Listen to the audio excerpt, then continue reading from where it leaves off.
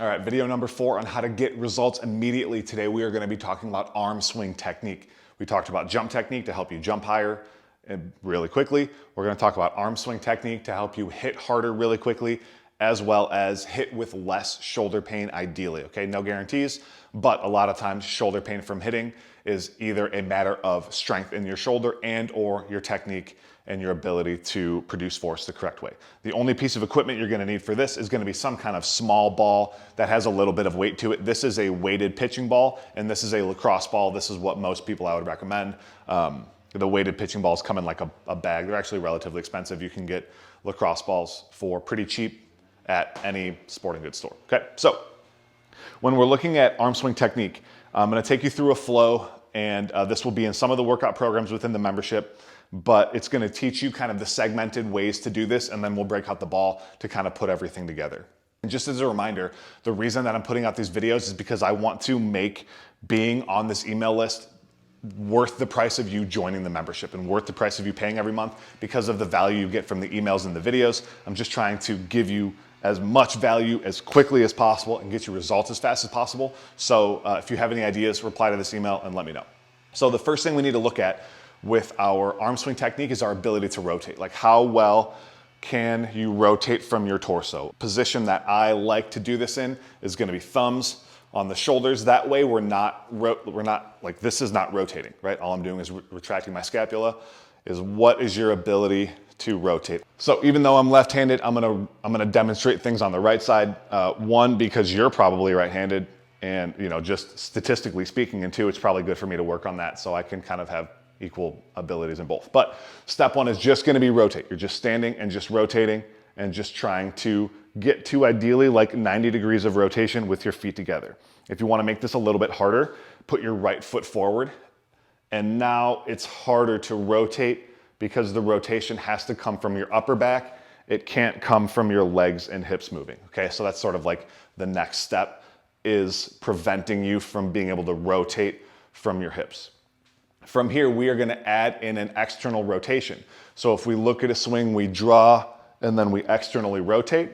So what I'm gonna do, thumbs on the shoulders, I'm going to rotate and then external rotation of the shoulder here.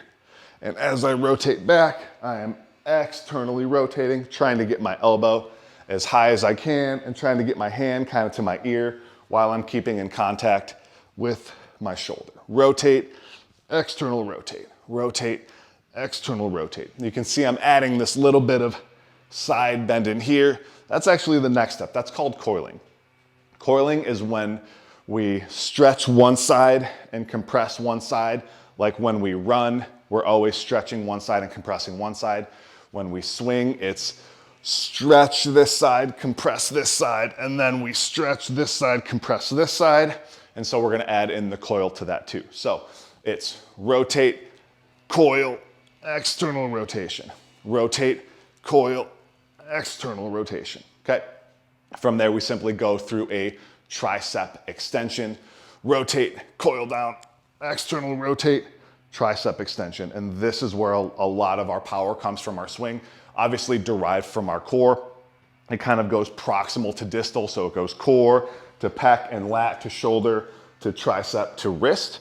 But triceps are a big contributing factor when we get to that snap up on top of the ball. So again, it's rotate, coil, extend, and come through here. Now, after I like the tricep extension, I think a thing that a lot of people miss in their swing, we talk about wrist snap a lot. Not a lot of people focus on elbow snap. If you really keep your arm as relaxed as you can, you naturally snap at the elbow as well. And I think that's a thing a lot of people miss, is they just swing and then they come through like to same side hip or to opposite side hip, and they miss out on that benefit of that bicep and elbow snap as well. Something to keep in mind there.